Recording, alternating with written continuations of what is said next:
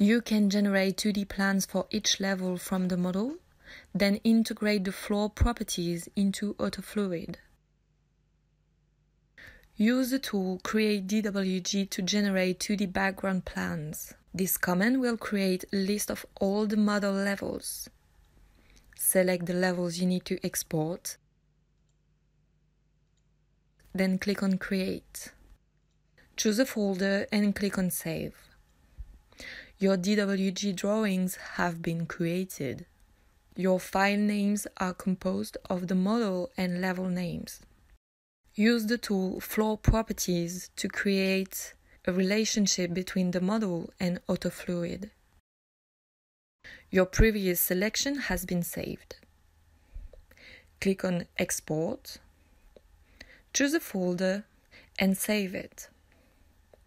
The LST Properties file is created. Open your CAD software. Launch AutoFluid and import this LST file in your preference.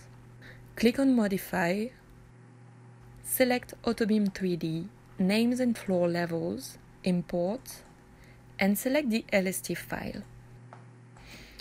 AutoFluid will integrate the name and the floor levels previously selected in Revit, project levels, and ground floor levels.